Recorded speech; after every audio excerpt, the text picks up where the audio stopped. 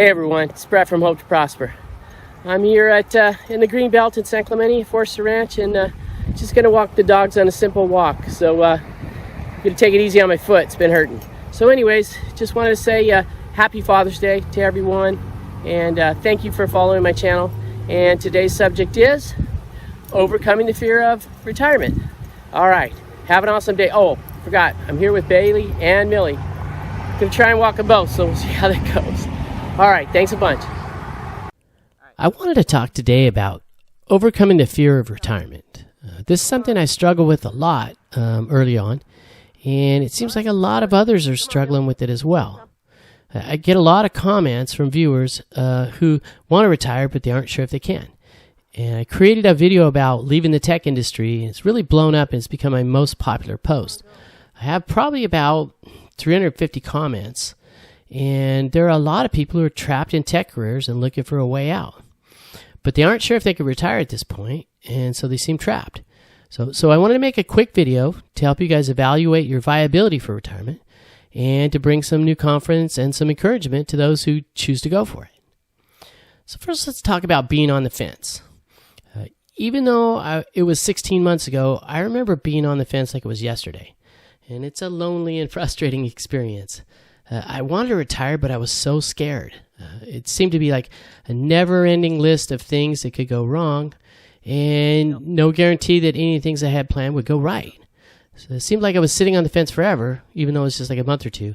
And I was so happy to finally make the decision to go forward. A lot of my worries just quickly disappeared as soon as I just decided to go for it and retire.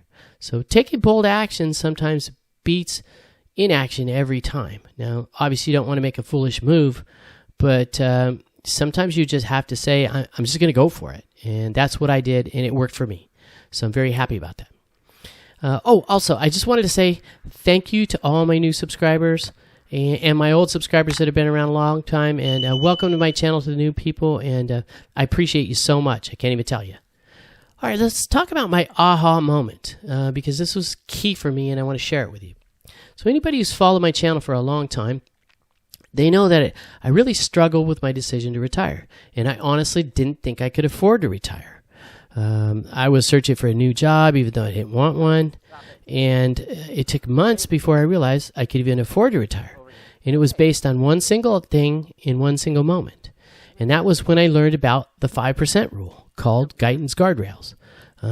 Prior to learning about the 5% rule, I was calculating all my retirement income based on a 4% safe withdrawal rate from Bill Bengen, and I was coming up short. And this just really sucked because I had saved so much in my life, and I thought I was there, but the numbers didn't work.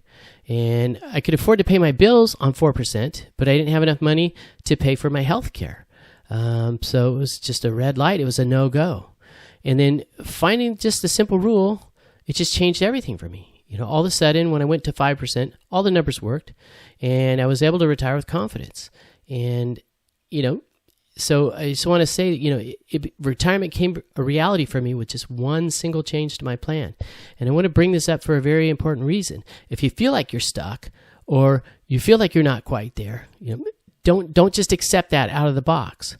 A lot of these little cast in stone rules really aren't cast in stone. Retirement's a lot more flexible than you think, and sometimes you have to make it your own. So next, let's talk about overcoming fear. I say this a lot on this channel. I'm going to say it again. Don't let fear make your retirement decisions for you, ever. Create a very basic retirement plan and make your retirement decision based on financial facts, not on fear. You don't want to be in the dark. You don't want to be in fear. You want to know that once you decide to pull the trigger, that it's going to work out. And so create a basic financial plan. It's not that hard. I'll probably cover a whole financial plan in the future, but for now, we're going to just move on. And one of the things that really paralyzed me when I first retired was the dang Monte Carlo simulations and the fear of failure. Fear of financial failure has always been a problem for me. This is one of the first times in my life that I don't have to fear anything. Or I have much less fear. I have a much better plan. So avoid thinking about the doomsday scenarios. I was running these Monte Carlo simulations, And the percentage of failure went up from the high 90s of to succeed in 10% failure, or let's call it 7-8% failure. When I went to 5%, that went to into the 80s. So that would just flip me out. So avoid thinking about the doomsday scenario. You're not going to sit around helplessly for 30 years and watch your money slowly dwindle away because you took 5% over 4. This is not going to happen. You're not an algorithm. You're an intelligent person, and you can adjust your retirement surroundings to fit your financial conditions. So stop worrying about the doomsday scenario. You'll find a way to make those things happen. I watched a YouTube video. I wish I knew the author. And he said, hey, you can pivot. You can adjust. Don't sit around worrying about the doomsday scenario. So my first little tip for overcoming fear is don't sit around thinking about failure. Think about success. Right? So that brings me to our next thing. Failure is just not an option, right? There are many statistics. One of my favorite is that, and it clearly shows that retirees with a big nest egg, they never get anywhere near zero. Right? In fact, most retirees still have about 80% of their nest egg 20 years into retirement. So think about that. They've only spent up 20% after 20 years. And I'm not talking about multi-millionaires. I'm talking people with $1 million or less. Right? So people who have accumulated a substantial nest egg going into retirement, they're smart with their money. And they were smart in accumulating it, and they're going to be smart in spending it. They're not just going to blow it willy-nilly after 40 years of accumulating it. So your retirement should be flexible. And you can pivot if it's not going as planned. If you're not meeting your planned targets, like I'm taking 6% right now. I wanted to I wanted to travel and do some other stuff, and I'm just going to do it. The market's up, so I'm taking advantage. And, you've probably managed a career. You might have put yourself through college like I did. You might have raised a family like I did, on a single income even. So you got retirement in the bag. It's a lot simpler than most of the things you've already accomplished in your life. So don't be intimidated by it. You're not going to fail. Next, talk about planning your exit. I don't want anyone to guess about anything going into retirement. This is just a recipe for disaster. The single biggest mistake I made was to retire without a basic retirement plan. Don't do that. Please don't do that. I spent a lot of sleepless nights and long days afraid to spend any money. And when I did finally come up with a basic financial plan, guess what? I was kicking myself. I was in way better shape than I thought.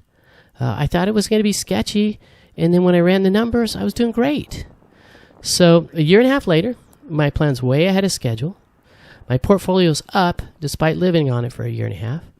And I've strengthened some of the weaknesses. I got more money in cash. I've done some things to cushion market crashes and things of that sort. So, and by the way, you don't need a perfect plan to begin with. You don't need a plan that covers every single potential scenario. You just need something that covers your basic finances to make sure you're on track. And then from there, you can adjust. Right? You need your plan to be flexible more than you need it to be perfect. So start with something basic, and then you can move on from there. I learned a number of things in my plan were different than I anticipated, and that's normal. Next, let's talk about taking the plunge. Right? Once you have your plan in place and you're confident that it's viable, so your plan's viable, you're going to have enough money to cover all your stuff. It's time to plan your exit strategy from work.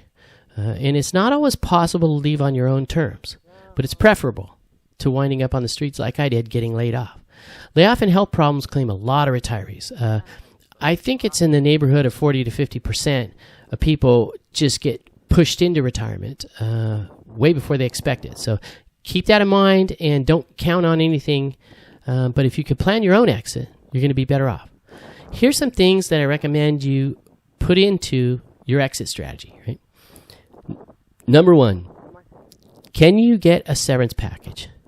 I was able to get a severance package, not from my last job, but from the job before, and it put me light years ahead. So if you're going to get laid off anyways, if they're talking about cutting reductions in force, man, maybe volunteer for a package. If you got a lot of years in, volunteer for a package. Right? Do you have any bonuses coming up? You might want to collect those before you go out. I know it sounds kind of cold to take your bonus and run, but hey, companies do that to employees all the time. They lay them off before their bonuses. So if you can collect it, collect it. Can you collect unemployment? You know, I took my 6 months of unemployment, and I'm not sorry about it. I've been paying in since 1980. I've always worked. Only time I was ever unemployed was during the dot-com crash. And that was just a couple months. So I took my 6 months unemployment. And yes, I looked for jobs. Hint, hint. I just didn't accept the ones I didn't want. So can you save up your vacation pay? Stop taking vacations if you know it's getting sketchy or you know you're getting close. One of the things that was really, really, really cool, and I want to thank my old boss, Laura, the controller, what she did for us. I didn't realize it at the time, but the directors and above got like big fat packages, and we just got like, basically there was nothing for us. So what she did for us was she gave us max vacation pay. So even though I had like 120 hours saved up, she paid us out 160 hours. So that was really cool. Now in California, they are forced to pay out your vacation pay. In other states, they might not. But so I got that 160 hours of vacation pay. And that was huge for me because what it did, all these things, they cushion the blow of getting laid off and they extend your runway to where you have to start living off your investments. So I got this 160 hours of vacation pay, basically 4 months. And that gave me 4 months of worry-free income to retire on.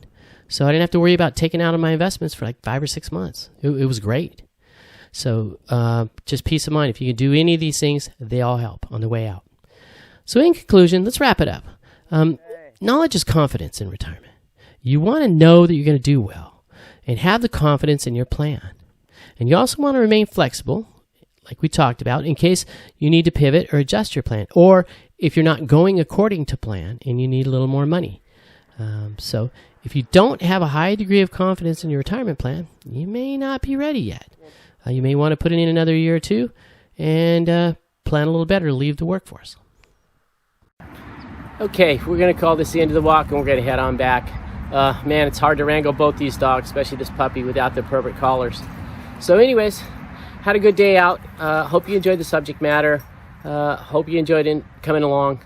Next week I got another great adventure. I'm headed down to the beach, camping with my family for a couple days, and then the high Sierras, which will be great. I'll get some great footage.